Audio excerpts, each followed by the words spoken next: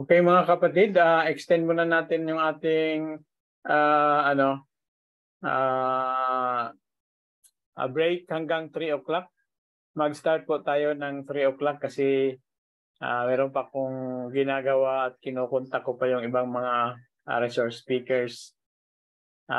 Sir Arnel, nandiyan ba si Sir Arnel? Doc Arnel, kumusta si Pastor Aguilar?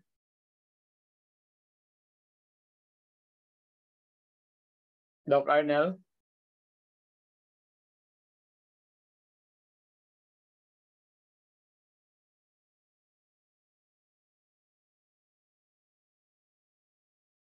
Si Dr. Aguilar ay ang kanyang subject is Homiletics on the Art of Public Speaking 5 to 6. Ang ating oras ngayon is 2:50:51. Hindi po available si Doc Aris ngayon. So, after sa strategic leadership and administration, which is 3 to 4, Ma'am Kalim, nandiyan si Ma'am Kalim. Ma'am Kalim. Tulog pa yata si Ma'am Kalim. So, hintayin natin. Anyway, siya lang po ay 3 to 4 siya. So, imbis na meron tayong lecture on the art of home visitation for livelihood support, ay yun na lang po ang kay Ma'am Kalim. Okay, so hintayin natin mga kapatid sa 3 p.m.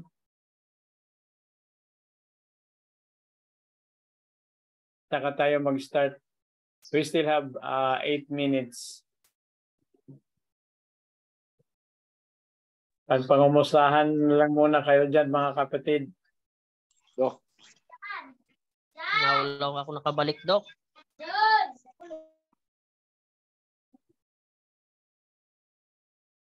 Nawala ako.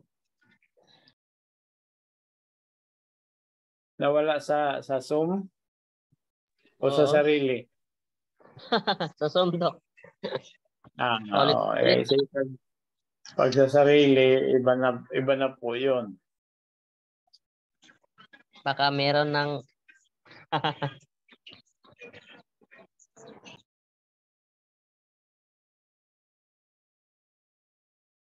Okay, let us start at 3 o'clock.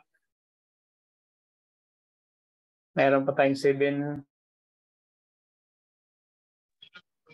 naka-record pala to. Dok, magandang hapon po.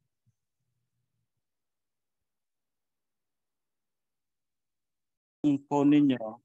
Okay, thank you. Sige po, Pastor Cesar, okay na po. Okay. So, magandang hapon uli sa mga kapatid. At nakakatuwa na God has given us the time to learn so that we will be of use to His ministry in the service of the church. Ang assign po sa akin ay yung homiletics. Okay? So, ito ay kailangan talaga na kailangan balangkasin natin dahil sa kapag ka nakita natin yung ibang mga preacher, no? At pagkatapos ay alam naman natin, tayo'y nakakaunawa nito, this will be the reason why the more of the preachers in the field is at a loss when it comes to the reality and the truthfulness of the preaching. So homiletics actually ay ang ating pong gagawin ngayon ay babalangkasin natin yung meaning, what's the meaning of homiletics, and then we will move on to the aim and the purpose, and then next is the importance of homiletics, and lastly for this afternoon the types of sermon. Now let's go first to the meaning. Ang meaning ng homiletics ay pag ginamit nating noun, this is an art of preaching. Yung palang preaching ay hindi basta makapreach, no? There has to be an art of preaching. And before, of course, the delivery, you are writing your sermon. We are writing our sermon. And so when you do not write our sermon, aba siguro, masasabi kong very brilliant yung preacher because he has everything in a mind na kanyang gustong sabihin. Pero when you write it, and at this time, alam naman natin, ngayon katulad niyan, may PowerPoint na, ano po? It was made easy. And so the Lord has also blessed me to learn how to make PowerPoint. So there must be a preparation for this sermon. Now, ang sabi dito ay homiletics is an art of preaching. May arte talaga ito, ano? Studies both the composition and the delivery of the religious discourses. Kasi ano ba yung nilalaman ng ating ipipreach? And that is the composition. Kaya napaka-importante na talagang nag-aaral ang isang preacher. Although, merong mga preacher na talagang maski bunutin mong biglaan, nakakaya nila, and that is good enough. And I think that will be part of the experience. There is a rule in psychology that repetition makes perfect. Kaya siguro yung iba, one topic assigned to him, tapos ulit-ulit in different audiences, ay di na ma-master na niya yung sinasabi niya. Alright? So, when we say it is an art, what do we mean when preaching is an art or homiletics is an art? Anong ibig sabihin nun? Ito po yung sabi. The expression of application of human creative skill. Ayan yung art, creative. And then very imaginative. Kaya kahit yung mga preacher no? Yung mga gumagawa ng painting, it comes out from their imagination. But the big difference in theological preaching and in biblical preaching, ang kaibahan dito ay we have our basis. Yung ibang artist, mayroong kinukopyahan. Ayun, that's another thing. That's another application. Pero pagdating dito sa atin, sa homiletics, mayroong sources na dapat talaga doon nakasource ang ating sinasabi. Kaya nga, magkakaroon tayo ng basis not coming from our own mind, but coming from the scriptures. And I would say, this is scriptural-based preaching. Ganun nga po Kaya napaka-importante yung unang mga natapos nating ilang paksa, bagamat yung hermeneutics natin hindi pa natapos yung 10 rules. At siguro one day isisingit-singit natin yung 10 rules ng hermeneutics. Kasi without hermeneutics, useless ang ating preaching. Baka tayo katulad lang na hindi naman siguro masamang bumanggit ng pangalan ng si Soriano, si Kibuloy, etc., etc. Kasi it comes from their own mind. Now, let's go to the purpose. Bakit kailangan natin ang tamang rules ng hermeneutics to be used in our homiletics, in our discourses? Para sa akin, mga kapatid, ang pulpit ay isang banal na bagay. Kaya one time ako'y nakapag-comment. Merong bago magsalita ng kanyang paksa, ay ang ginagawa niya, i-advertise muna niya yung kanyang, kahit nasabihin nating libro, no? Libro. Sa divine worship, magbibenta ka ng libro sa mga kapatid, I cannot accept it. Because the pulpit to me and to us, supposedly, is banal na lugar. Yan ay banal na lugar. Na ang purpose nito is to develop a theology of preaching as the exposition of the Word of God. Gusto kong idiin itong first, ano po? To develop a theology of preaching as the exposition of the Word of God. Exposition of the Word of God. What you are to expose is the Word of God. What we are to expose is not the intelligence of our mind. Remember that. Para safe tayo sa harap ng Panginoon, I think we have dealt with 2 Timothy 2:15 last time. Rightly dividing the Word of God. At yun ang pinaka-safest, no? So number 2 is to develop the skill of preaching. Ang preaching po kasi hindi overnight, mahusay ka na. Pero kapag ito ay lagi mo nang ginagawa and you are not denying, as for me, I cannot afford to deny invitation of different churches.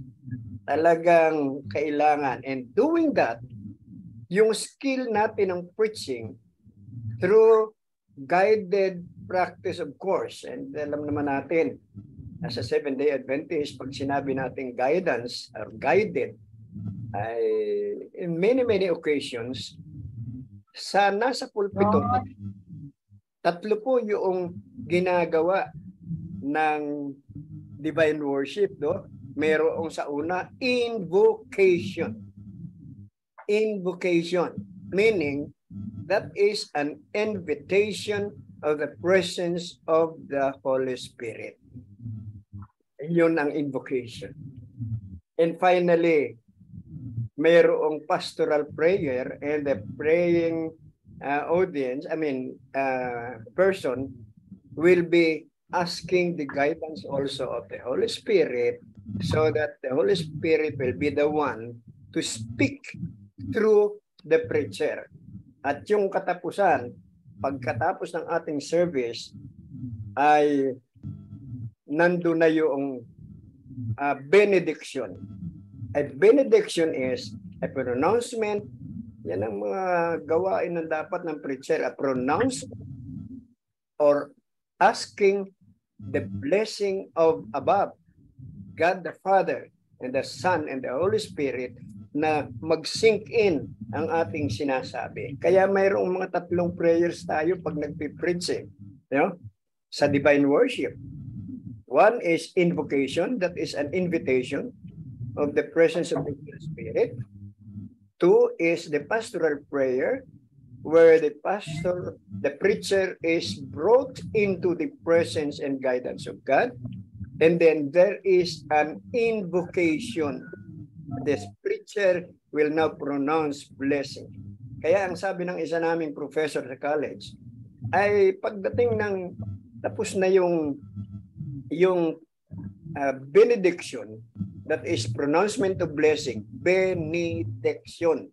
That's pronouncement of blessing. Wala nang makaka-interrupt ng mga announcement kasi the audience has to bring home the message of the preacher coming from the homiletics. Alright? So malinaw po ba yun? Now, simply stated, homiletics has to do with the whole process of preparing, delivering the message for our purpose of sermon, perhaps. This involves collecting, analyzing, sifting, and orderly organizing the materials for presentation to a given audience in a particular time. Kaya kapag ka talagang ikaw ay inassign o sino man sa atin na speaker, talagang you will spend time delving on the scriptures and make a preparation, no? Deliver mo, ay ang purpose nun ay yung iyong na-collect at na-sift o yung nasala na orderly organizing the materials for presentation, medyo nakakatuwang hindi ka nawawala on the course of your preaching. Anong importance nun? Anong importance ng homiletics sa ating worship service?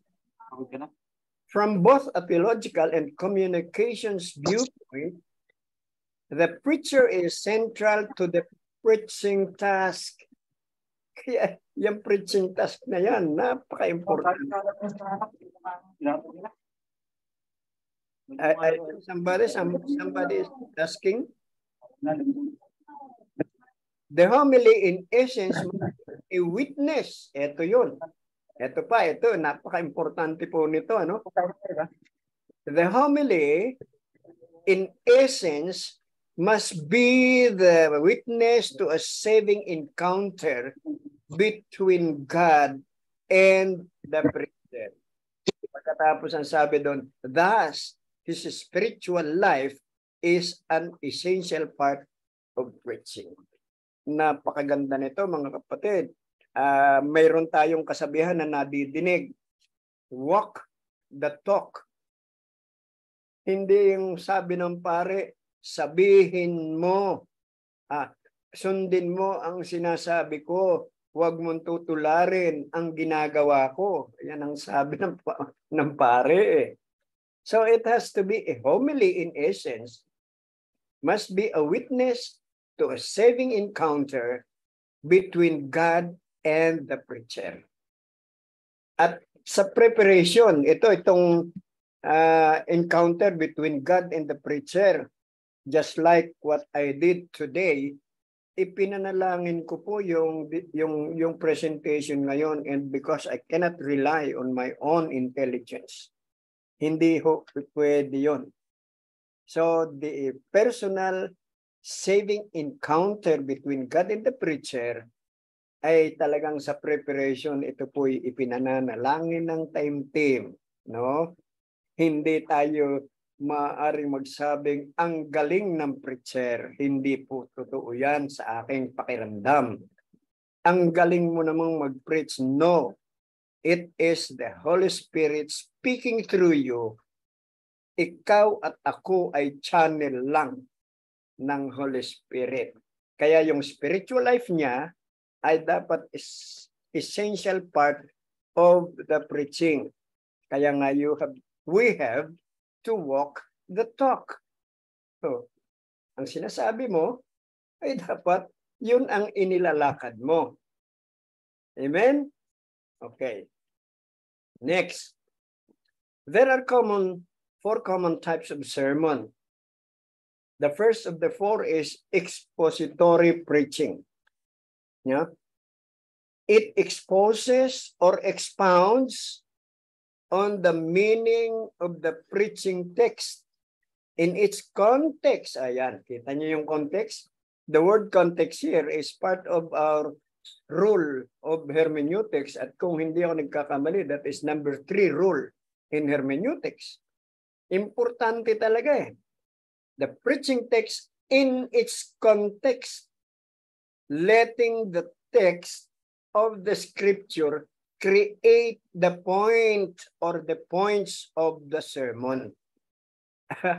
Ito, malinaw na malinaw ito. Hindi pwede talagang mag-inject ka ng your own mind pag expository preaching. At ito ay isang malaking challenge sa bawat preacher. Na talagang susuriin mong mabuti yung ginagamit mong talata. Well, kagabi lang ay mayroong nag-message sa akin na ilan daw ang Diyos. Wow, ilan ang Diyos ha? At ang ginamit niyang mga talata ay tiningnan ko yung konteksto ay medyo meron lang pinick up na text. Pagkatapos, well, that is another topic na we would like to discuss because it's easy to defend na hindi po iisa ang Diyos. no? By the way, in passing, baka ako'y ma-misquote, yung pong salitang Diyos, God, is used in Genesis chapter 1 and Genesis chapter 2:7 as Elohim. Pag sinabing Elohim, that is the plural form of God. At pag yung kay Diyos, yung kay Job na panalangin at sinasabi niya, I was created, no, by God. Specific po doon, ang ginamit lang ni Job doon yung El, which is singular, and that is God the Father. Yun ang sinasabi niya. But Job is not thinking of another God as Elohim. It's not within the frame of his mind when he was saying it. Napaka-importante ang context. Number 2, yung pong textual, no, or exegetical. The main point of the sermon are clearly stated or inferred by the passage. Pag sinabing inferred, ba? Parang ito yung gustong sabihin na nitong talata. However, the subpoints are invented by the preacher and up to the preacher's discretion. Kung ano yung gusto niyang ihanda niya yung outline niya, pagkatapos binibigyan ng inference. Again, inference is another rule of hermeneutics, the rule of inference. Yung bibigyan mo ba ng pakahulugan? Kaya lang, mahirap mag-imbento yan, sabi rito sa textual or exegetical. The subpoints are invented by the preacher and up to the preacher's discretion. Hindi ko alam kung taking this into consideration when we listen to a preacher, ay hindi ko alam kung nakikita niyong sarili niyang kaisipan yon. See? And that is infused or inferred to. Pero kapag may rule ka na talaga ng hermeneutics, ay talagang hindi ka mawawala sa iyong homiletics. Right. Number 3 is a narrative or inductive.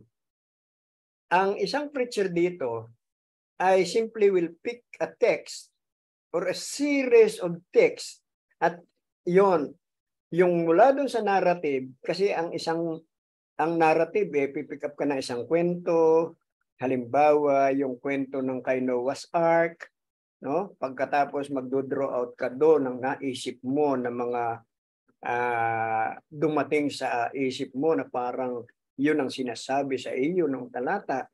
That is drawing from the narrative the lessons out of it.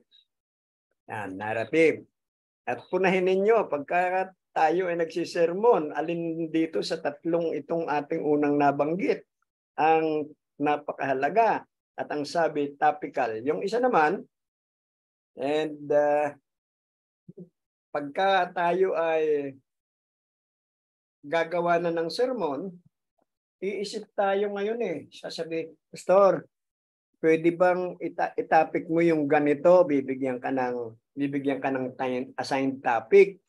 Meron naman sasabihin, Pastor, bahala ka nang mag-decide kung ano yung topic mong gusto. Ay di yung title ng iyong sermon is actually the topic that you draw out of what you think is the best topic you can present to the brethren in worship. That is topical. And then out of the topic, ayan na, palalawakin mo na yung meaning ng topic, and then you pick up text to prove, no? Ang nangyayari, yung iyong mga text is a proof text to complete a thought from the topic na iyong pinormulate. So ito yung 4 na topic. Kaya ang sabi ng banal na kasulatan ay dapat search the scriptures. When you search the scriptures, the scriptures after your prayer that the Holy Spirit will speak to you, not us speaking to the scripture. Baliktad, tingnan niyo yun ha. Not us speaking to the scriptures, but rather ask the Holy Spirit to speak. Let the scriptures speak to you.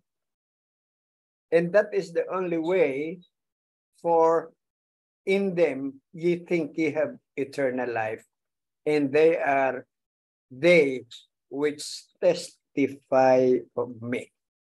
So sa maikling presentation na ito, I don't know if you can deduce something that you would like to clarify, to be clarified in quick review. All right? In quick review, our homiletics with its meaning na yun pala ay the art of preaching. Pag yung palang sinabing art, yun pala ay mayroon ka talagang style, may arte. Kaya pag sinabi ng artist, teka, parang kulang pa yung guhit ko doon ah. Parang kulang pa yung ganito ah. Yan, lalagyan uli. Uy, parang iba yung kulay ah. Gusto kong kulay ay ganito para buhay na buhay. That is an art. No? That is an art. So pag sinabing ang art, as I have already given the example, ay may purpose ito. Pagka na buo mo na, gusto mong i-develop yung theology of preaching mo, exposing the Word of God. Remember, emphasize, exposing the Word of God. At yung pong katatanggap natin, wag tayong matatakot tumanggap, because the Holy Spirit will speak to our mind. You know? If we are indeed sincere in communicating with God before the preaching, no? Madidevelop po yung skill. It is no harm in trying. The first step in a long journey, the long journey will always begin with the first step. Now, if you do not get out and try to make the first step, hindi po madidevelop ang ating skill. Okay? So, collecting, analyzing, sifting, orderly. Again, let us emphasize that orderly. Talagang hindi yung mamaya ay pumunta ka sa kanan, pumunta ka sa kaliwa, hindi na maintindihan. Pero because we have prepared, no, our sermon in a very manner, our partner is the Holy Spirit, then that will be an orderly, organized material. Ayan po. So, importance, let us walk the talk, let us live what we preach, para congruent siya. Congruent siya in our life mismo. Ayan. Sa expository kasi, pwedeng gamitin ang expository, but we are again guided by the principles of hermeneutics. No? Kaya yung exposition mo doon sa text na ginamit mo is very exact, and our point is based and backed up by the Holy Scripture. Yun ang napakaganda ron. Textual, again, it has to pass through a context. And the narrative, as we have said, we decide the topic and then draw out proof text to complete a thought from the topic. So mga kapatid, for a while, I'll end up this presentation unless there are some clarification on the side of our brethren. God bless us. Pastor, tatanong lang po ako. Sino po sila? Si Dominador po, Barrientos from Quezon City. Okay. Pwede pong mahingi yung ano nyo? Kanino po pwedeng mahingi yung record kanina na sinasabi o kaya yung pwede po bang mahingi yung PowerPoints nyo? Para nare-review kung sakasakali naman. Hindi ba ito nakukuha itong PowerPoint dito sa presentation na ito, yung complete PowerPoint? May problema kasi po yung cellphone ko kaya hindi ko po nakuha, hindi ko po hiniram ko lang yung kay Mrs. Di ko kabisado gamitin eh. So, Hello po. inirecord yata eh. Pastor, nakarecord po ito. O yung pala. So pwede pong mahingi mamaya pagka matapos. Opo, may procedure lang po. Pagkitanong kay Doc. No problem. Wala itong pinagkakait, but I think we have a technical man that can address the issue. I-paper. Director ni Kwan, ni Doc Arnel mamaya po pagkatapos ng session ni Pastor. Maraming salamat po. Yeah. Plus the recorded one, kasi yung mga outline natin, there is already an explanation. And I don't know if the explanation is clear unless you will ask me the clarification on some points that I have already presented.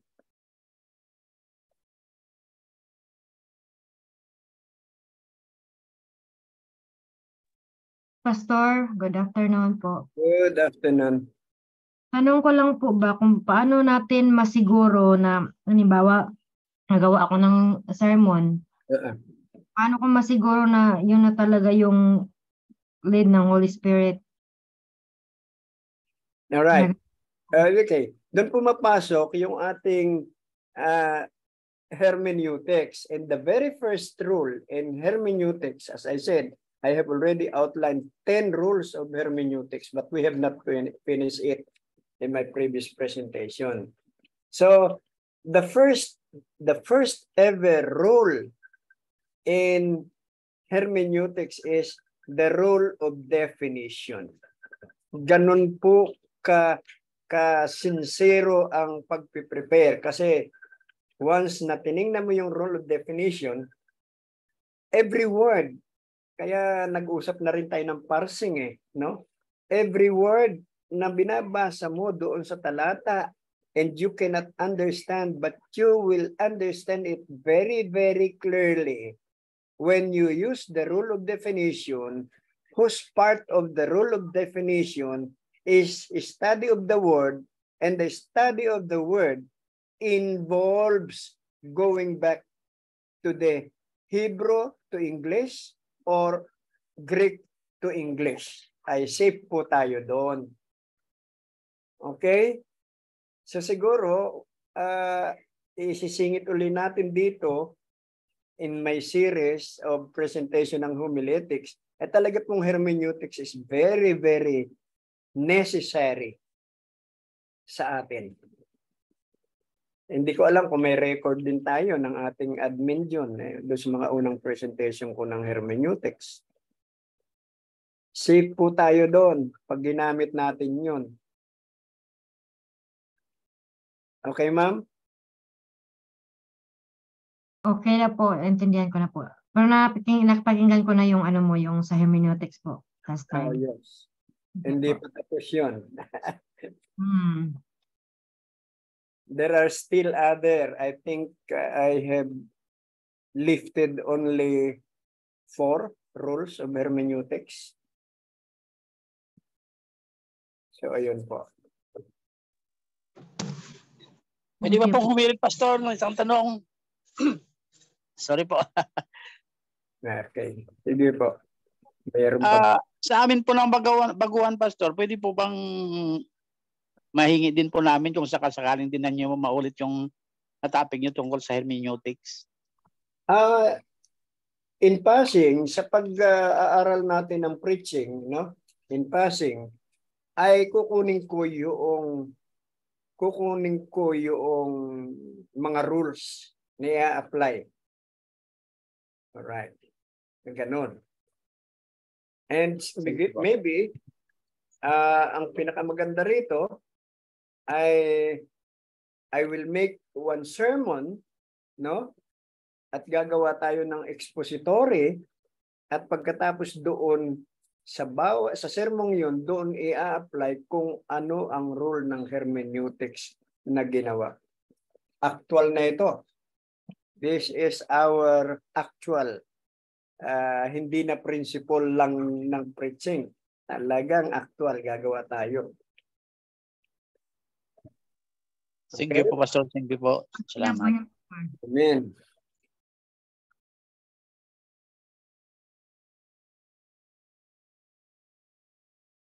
Meron pa po ba?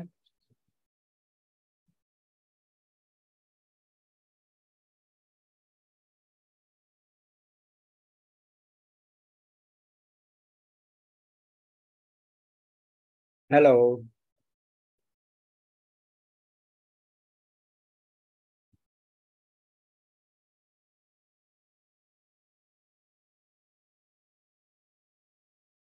Okay na po. Wala na po yata, Pastor. Okay, so let's go back to the controller.